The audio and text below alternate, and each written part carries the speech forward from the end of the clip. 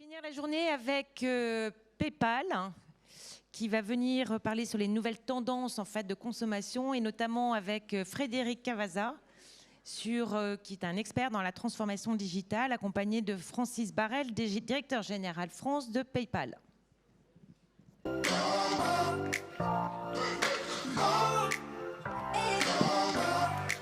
merci.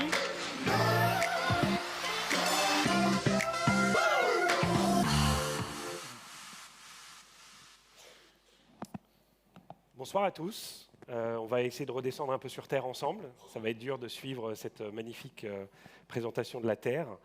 Et on va être un petit peu plus du coup concret. On va parler du e-commerce ensemble, des grandes tendances, des influences sur les marques, de comment les marques peuvent anticiper toutes ces évolutions. Et du coup, on ne va pas parler de PayPal d'ailleurs ce soir. Je pense que vous nous avez vu assez et à l'aéroport et ici avec le jaune de partout. Donc on ne va pas parler de PayPal aujourd'hui. C'est pour ça qu'on va parler plus du e-commerce et des tendances. Et vous avez aujourd'hui deux hommes qui représentent et PayPal et les grandes tendances. L'année dernière, vous avez deux femmes extraordinaires, Caroline et Valérie. Donc normalement, on aurait dû avoir 2 hommes, enfin 10 hommes même pour les remplacer. Vous n'en avez que 2, donc vous n'avez pas gagné au change. En tout cas, on va essayer de vous informer, de vous instruire. Donc le deuxième homme qui m'accompagne, c'est Frédéric Cavazza, qui est conférencier en accélération numérique et qui va vous expliquer un petit peu plus comment est-ce que nous allons intervenir aussi aujourd'hui. Bonsoir à toutes et à tous. Donc effectivement, merci pour cette introduction. Je suis très content d'être là. Nous allons bien évidemment parler de commerce en ligne, ça vous vous en doutiez. Ce qui est plus important, c'est qu'on va surtout aborder les évolutions dans le domaine du commerce en ligne. Parce que l'air de rien, ça fait 25 ans que le commerce en ligne existe, même 40 ans si on prend en compte le Minitel. Et je pense qu'on peut faire un constat assez étrange, c'est qu'en 40 ans, ma foi, l'expérience du commerce en ligne, elle n'a pas beaucoup évolué.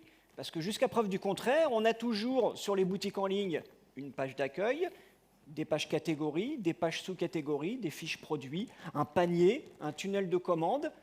Et voilà, ça c'est ce qui compose l'expérience du commerce en ligne, et en quasiment 40 ans, elle n'a pas évolué. Pourtant, dans cette période, et notamment sur les 20 dernières années, on a eu énormément d'évolutions en termes de technologie, en termes d'usage, de comportement et d'attente. Donc c'est important aujourd'hui de pouvoir faire le point là-dessus et d'essayer de se projeter dans ces nouveaux comportements et surtout ces nouvelles attentes pour voir comment est-ce qu'on peut faire avec tout ça. Merci Frédéric. Alors effectivement, 25 ans, peut-être que nous-mêmes, site internet, on n'a pas trop évolué, mais les consommateurs ont beaucoup évolué. Ce qu'on voit, c'est qu'évidemment, chaque année, ça c'est la palissade, la population internet rajeunit de plus en plus, mais évidemment, n'accède pas nécessairement ni au même contenu, ni aux mêmes besoins via internet et via les différents devices. Donc comme l'a dit Frédéric, nous allons parler des nouvelles attentes des consommateurs, des nouvelles pratiques des marques et comment en fait, ces marques peuvent utiliser de nouvelles technologies pour évoluer. Alors, je vous ai dit que les générations se rajeunissaient, qu'on avait une évolution. Donc c'est vrai qu'on parle beaucoup de Gen Z, on parle des millennials, on parle aussi parfois de la génération A ou Alpha. Donc on voulait un petit peu poser les choses et les définir. Donc aujourd'hui, en fait, selon le ministère de l'économie, donc Bercy, qui suit la démographie, en France, on est à 47% de génération X et Y. C'est nous deux d'ailleurs. On n'est pas représentatif des autres générations, mais effectivement, c'est la génération X et Y qui est née avant les années 80. Et du coup, quand on regarde un peu nos usages, c'est Facebook. On est né avec Facebook en 2004. On a découvert les réseaux sociaux avec Facebook. Après, vous avez les millennials qui représentent un quart de la population française à peu près. Donc ça, c'est ceux qui sont nés après 1980 et avant les années 2000. Donc effectivement, on pensait que les millennials, c'est plutôt autour de 90-2010. Mais, encore une fois, Bercy essaie de définir en démographie cette génération. Et ce qui est intéressant, c'est que c'est la génération Instagram. Alors, il y en a qui parlent un peu de Snapchat, mais Snapchat, c'est plus la génération d'après, les générations Z, les Gen Z, qui sont nés plutôt fin des années 90 et qui, en fait, avaient à peu près 10 ans au moment de l'avènement de l'iPhone. Et donc, du coup, c'est la génération Instagram et Snapchat. Et de plus en plus, évidemment, TikTok. Mais surtout, en fait, aujourd'hui, la vraie génération TikTok, c'est la génération Alpha ou A. Ça, c'est vraiment les jeunes qui sont nés tous dans l'an 2000, qui sont d'ailleurs des enfants pour la plupart des millennials, et donc qui sont nés avec un téléphone, même pas dans la bouche, mais dans la couche, et du coup qui ont découvert aussi bien Snapchat que TikTok aujourd'hui, et demain BeReal peut-être. Donc c'est la génération, les 3 générations les plus jeunes qui consomment aujourd'hui vos produits, qui définissent les tendances. Et ce qui est intéressant, évidemment, c'est que ce qu'on appelle en anglais la source of truth, en fait, donc leurs informations, leurs référencements, leurs référents, ils les retrouvent dans différents contenus, dans différentes sources. Et encore une fois, ça influence et leur comportement, qui fait que ces 25 dernières années, comme l'a dit Frédéric, ont bougé. Peut-être pas autant que lui le voudrait, mais en tout cas, les consommateurs ont évolué et vont vous faire évoluer encore plus.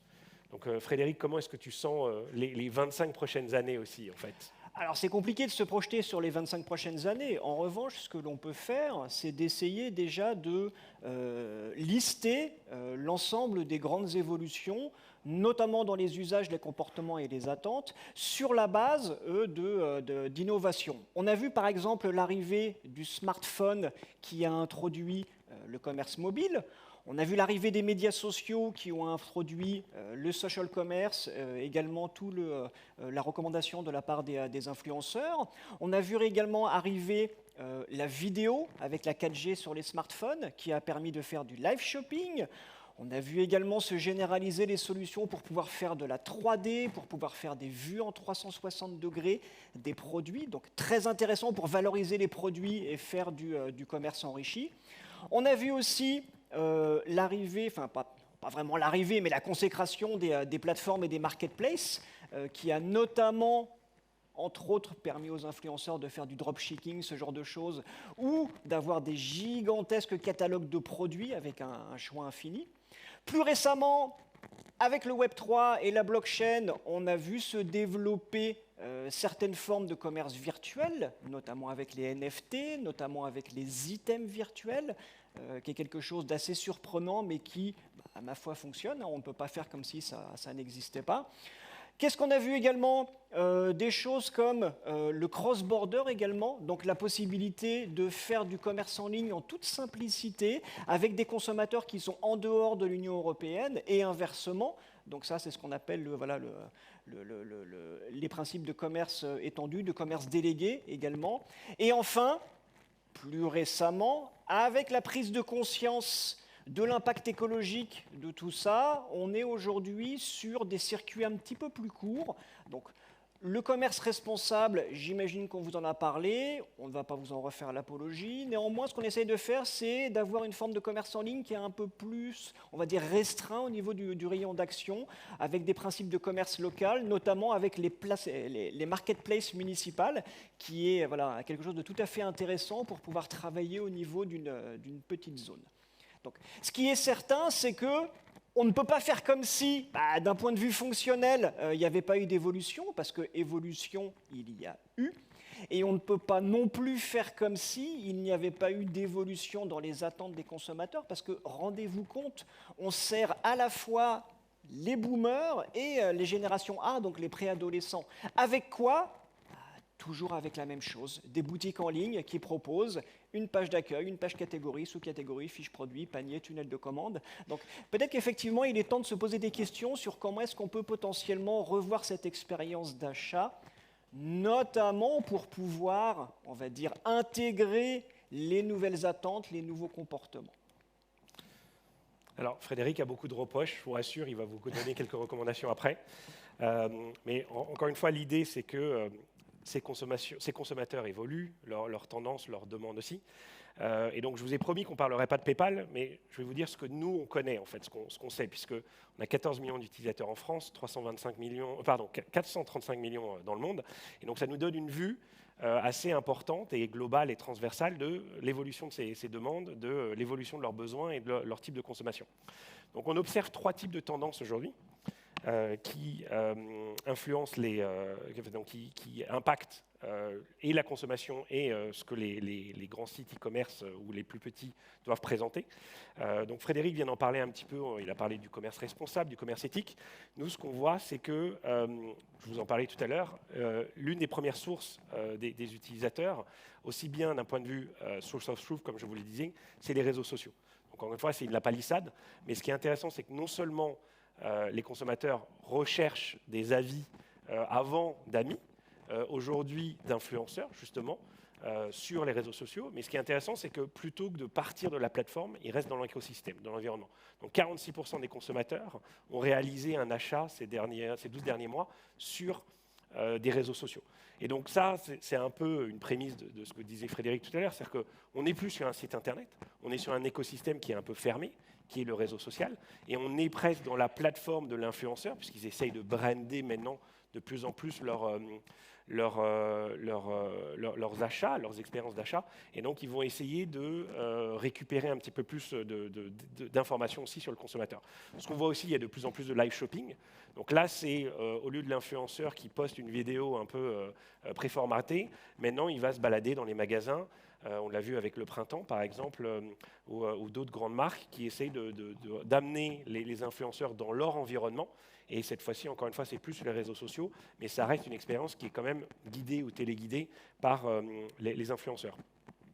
Ce qu'on voit aussi, c'est qu'il y a le recommerce. Alors, pour ceux qui étaient au Before ce matin, Rami de Carrefour en a parlé, ils sont en train d'ouvrir leur 33e Carrefour Occasion. C'est extraordinaire, vous imaginez Carrefour qui lance son 33e magasin dédié à l'occasion, à la seconde main, reconditionnement. Et en fait, évidemment, vous avez aussi une belle success story comme Back Market qui a un peu initié presque dans le monde et surtout en France et en Europe les téléphones reconditionnés, les smartphones. Mais est-ce que vous savez que Back Market fait aussi des frigidaires, ils font aussi des lave-linges, des lave-vaisselle.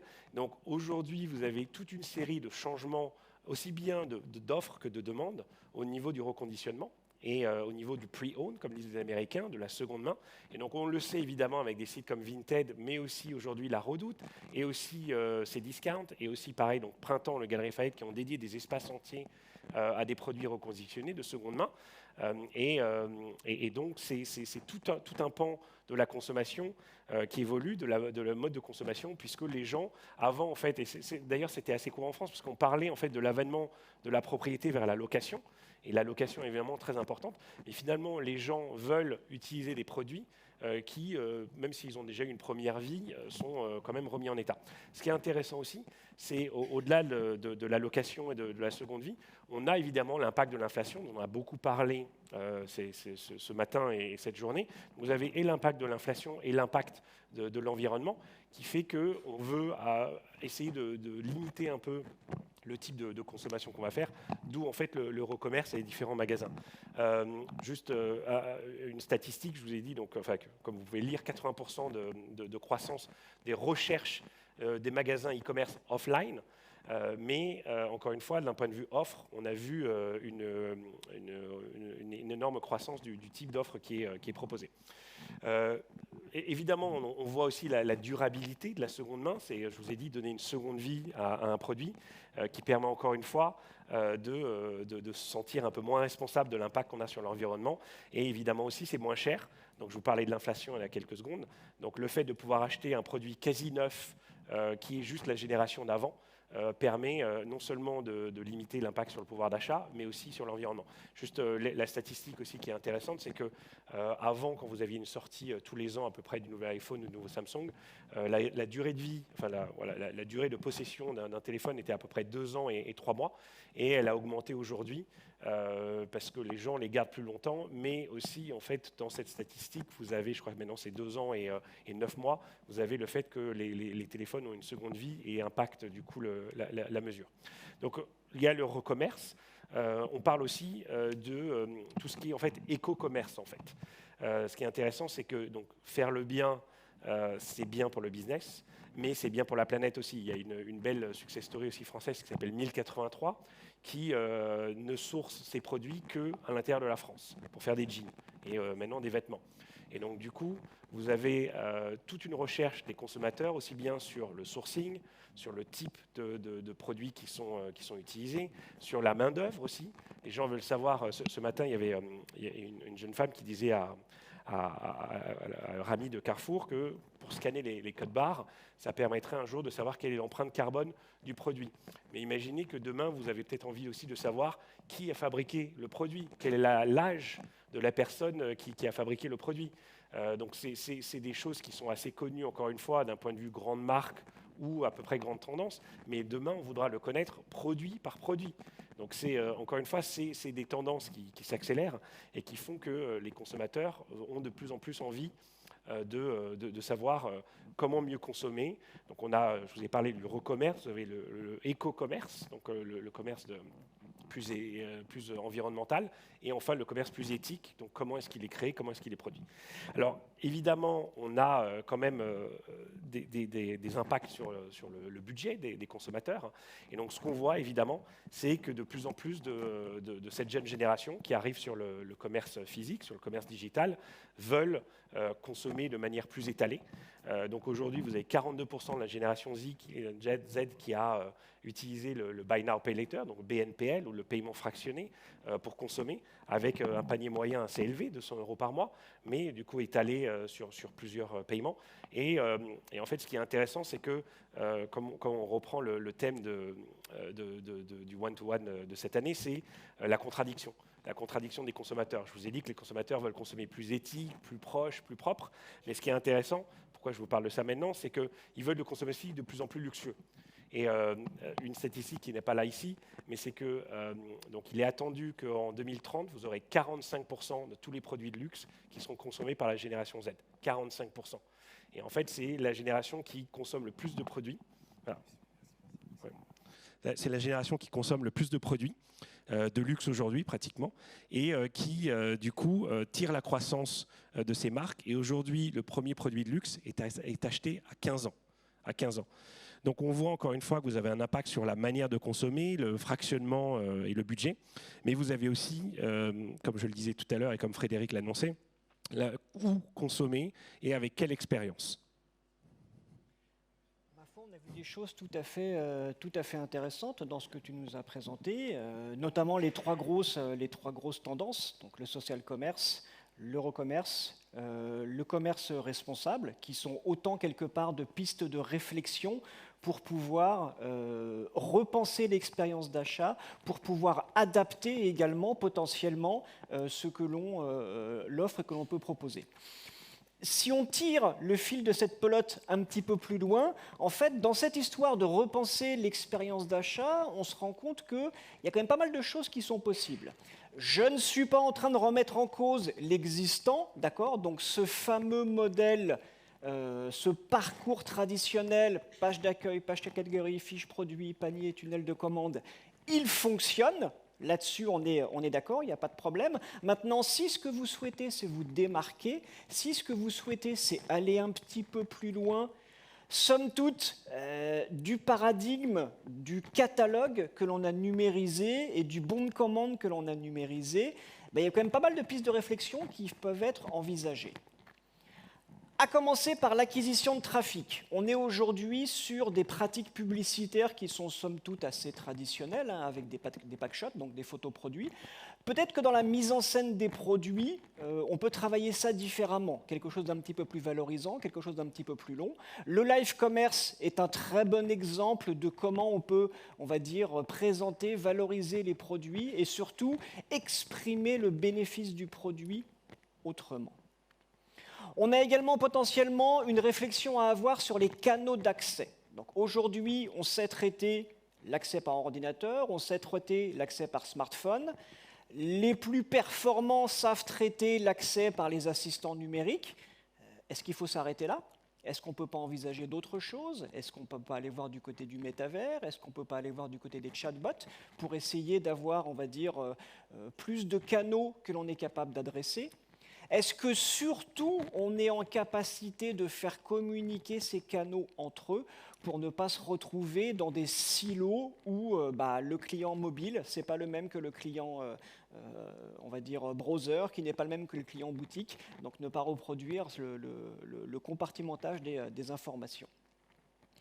Une fois que l'on accueille également les prospects et les clients sur notre boutique en ligne, est-ce qu'on ne peut pas réfléchir à une personnalisation un petit peu plus poussée que ce qui se fait actuellement ? Actuellement, c'est quoi? Actuellement, on a un carrousel avec en gros les produits que l'on souhaite pousser. Éventuellement, on a des détails des catégories qui génèrent le plus de marge qui viennent ensuite, traditionnellement dans la page d'accueil. Est-ce que ça doit continuer comme ça? Est-ce qu'on ne peut pas aller un petit peu plus loin? Est-ce qu'on ne peut pas essayer de directement proposer, on va dire, de façon plus explicite, de façon plus harmonieuse, des recommandations produits? Je pense que si. Pareil pour l'orientation. Que ça soit au niveau du système de navigation, donc ça fait très longtemps qu'on a adopté les principes de bandeau de navigation XL. Vous savez, quand on passe la souris, ça se déplie, on a des catégories, sous-catégories, on a des têtes de gondole, tout ça. Est-ce que ça, on ne pourrait pas le personnaliser? Est-ce qu'on ne pourrait pas, en fonction du profil du client, mettre en avant certaines catégories? Est-ce qu'on ne pourrait pas mettre de côté certaines catégories qui ne l'intéressent pas? Est-ce qu'on ne pourrait pas utiliser de façon un peu plus explicite les têtes de gondole qu'il y a dans ces fameux, on va dire, menus XL? Est-ce qu'on ne pourrait pas également travailler différemment, on va dire, la descente dans l'arborescence des produits, notamment les pages catégories, les pages sous-catégories? On nous rabâche les oreilles aujourd'hui avec l'intelligence artificielle. Oh là là, les modèles génératifs, c'est le futur, et ainsi de suite. Pourquoi est-ce qu'on n'en ferait pas notre présent? Pourquoi est-ce qu'on ne s'en servirait pas pour mettre en scène différemment les produits, notamment dans les pages catégories, sous-catégories, en s'inspirant du profil du consommateur pour mettre en scène les produits qui l'intéressent le plus dans des situations qui lui correspondent le mieux, avec des démonstrateurs de produits qui sont le plus proches de son profil? Mais si, on peut le faire, ça. Idem, au niveau de la fiche produit. On a combien de gabarits de fiches produit? Une. Alors, c'est sûr, ça va demander beaucoup de travail de la mettre au point, mais est-ce qu'on ne pourrait pas envisager plus d'un gabarit de fiches produit? Donc, en fonction de la catégorie ou en fonction du profil du consommateur? Est-ce que c'est quelqu'un de tatillon qui attache énormément d'importance aux caractéristiques techniques? Ok, on les remonte. Est-ce que c'est quelqu'un qui est très stressé sur la livraison? Ok, on va augmenter le délai de livraison ou la disponibilité pour être certain qu'il le voit. Donc, il y a quand même pas mal de choses qu'on peut faire également ici en termes de, on va dire, de personnalisation. Pareil, au niveau du panier, tous les paniers se ressemblent. Il n'y a pas de raison pour qu'on ne puisse pas travailler différents types de paniers en fonction de, est-ce que c'est un achat express? Caisse express. Est-ce que c'est un achat un petit peu plus réfléchi avec des produits qui sont dans le panier depuis des semaines? Là, peut-être qu'on peut envisager quelque chose d'un peu plus rassurant, où on va travailler différemment le closing de la vente. Mais oui, on peut le faire, tout ça. Au niveau des options de livraison, c'est pareil. Est-ce qu'on ne pourrait pas travailler sur un peu plus d'options de livraison, notamment sur plusieurs options de points relais, notamment sur plusieurs options de livraison au domicile, livraison en véhicule vert, livraison à vélo, livraison à pied, je ne sais pas moi, avec des personnes en réinsertion? Il y a tellement de choses qu'on peut envisager. Donc étendre les possibilités qui sont offertes aux internautes. Pareil au niveau du modèle économique, aujourd'hui c'est soit on achète le produit, soit on ne l'achète pas. Peut-être qu'on peut aller un petit peu plus loin en faisant de l'achat avec de la possession partagée, en faisant de la location, en faisant du try and buy. Tout ça sont des choses qui existent aujourd'hui. Pourquoi est-ce qu'on ne les utilise pas? Au niveau du paiement, c'est la même chose. Aujourd'hui, on vous demande principalement quelle est votre carte bancaire et ça s'arrête là. On pourra aller beaucoup plus loin dans ce que l'on propose, notamment avec le paiement fractionné, ça on en a parlé. On pourrait envisager également d'autres types de paiements, donc des modalités alternatives. Pourquoi pas le paiement en crypto-monnaie? Pourquoi pas le paiement en des devises, on va dire, diverses? Donc là, il y a encore pas mal de choses qui sont possibles. Bref, on va arrêter là l'énumération parce que sinon ça risque d'être un petit peu long. Ce qui est certain, c'est que prenez du recul, s'il vous plaît. Essayez encore une fois de comprendre le fait que le paradigme du commerce en ligne, qui repose sur la numérisation du catalogue et du bon de commande, ça fait 25 ans qu'il existe. En 25 ans, il s'en est passé des choses. On a des nouvelles attentes des consommateurs, on a des nouvelles technologies, des nouveaux comportements, des nouveaux terminaux. Peut-être qu'il serait temps d'engager le débat et de voir si on ne peut pas faire mieux que ce qui existe aujourd'hui. Même si ça fonctionne, ce n'est pas la question. Si vous voulez vous démarquer, si vous voulez aller grappiller des points de performance en plus, quasiment à chaque étape du parcours d'achat, on a des pistes de réflexion qui sont solides, qui sont légitimes, parce qu'il y a de la demande, mais également parce qu'il y a de l'offre. Donc on a tout un tas de solutions fonctionnelles, techniques, logistiques, tout ce que vous voulez, qui vous permettent d'enrichir l'expérience d'achat, de proposer toujours plus de choix, toujours plus de rapidité, si c'est ce qu'ils veulent, toujours plus de confiance, si c'est ce que veulent les clients, toujours plus de confort, si c'est ce qu'ils désirent. Le client est roi, c'est lui qui décide. Ce qui est certain, c'est qu'on a le choix aujourd'hui. Regardez, il y a 1400 personnes, je crois, aujourd'hui sur le salon. Vous avez vu le nombre de stands? Ça en fait des solutions quand même.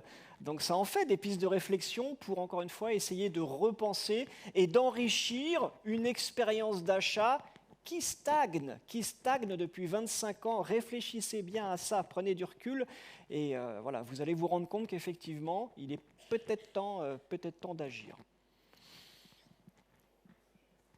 Sinon, il y a peut-être d'autres configurations. Oui, alors il y avait deux expériences que tu avais partagées lorsqu'on préparait cette keynote ensemble, Frédéric. La première, c'est sur Sephora, qui est le co-shopping.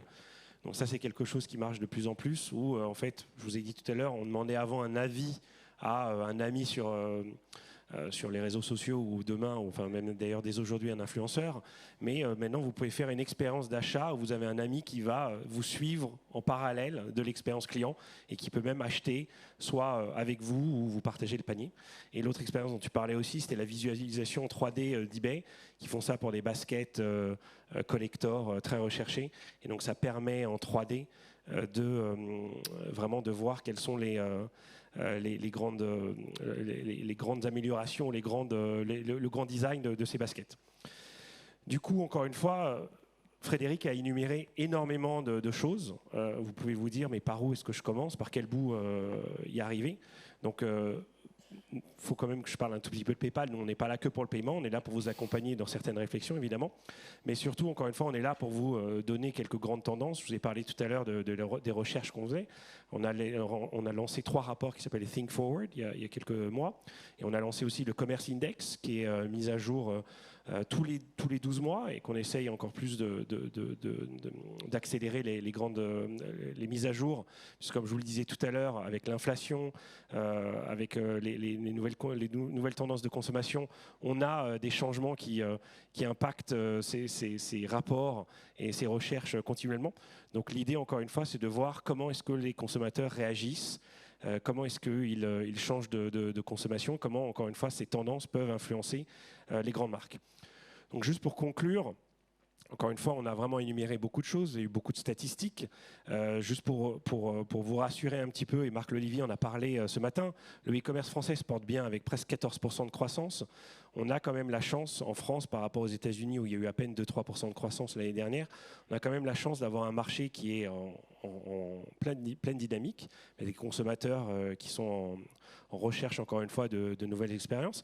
Alors c'est vrai que ces 14% cachent une grande disparité entre le travel d'un côté qui a vécu un âge d'or en 2022 versus le retail et le fashion qui a évidemment un peu été à la traîne.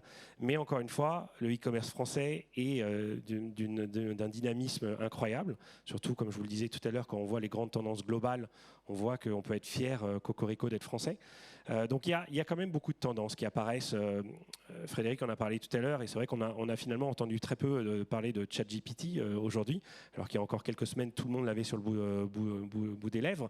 Ce qu'on voit par rapport à ChatGPT, c'est que toutes les améliorations dont parlait Frédéric peuvent peut-être être accélérées, scalées, voire automatisées avec de l'intelligence artificielle, justement.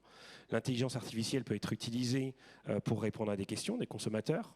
On avait les assistants numériques via les haut-parleurs connectés, donc ce qui peut être un mode de commande où on dit commande-moi une boîte de couches supplémentaires, mais demain ça peut servir aussi pour améliorer l'expérience client sur le site pour que vous n'ayez pas à faire trop d'A/B tests, mais qu'au contraire l'intelligence artificielle vous permette de customiser, comme le suggérait Frédéric, à chaque client en fonction de ses besoins et en fonction du produit qu'il a dans le tunnel d'achat, même si ce tunnel a plus de 25 ans. Donc encore une fois, l'idée c'est de continuer à suivre les tendances, de voir quelles sont les grandes ouvertures technologiques qui vont améliorer la vie des consommateurs et surtout des retailers et des e-commerçants. Et on sera là pour vous aider à choisir les meilleurs. Frédéric, le mot de la fin? Le mot de la fin, encore une fois, c'est prenez un petit peu de recul, d'accord ? Ne vous laissez pas hypnotiser par la dernière tendance du moment et surtout pensez à vos clients, à ce qu'ils veulent, à leur évolution, à leurs nouvelles attentes, à leurs nouveaux comportements. Voilà, pensez à vos clients et évoluez avec eux. Merci pour votre attention. Merci.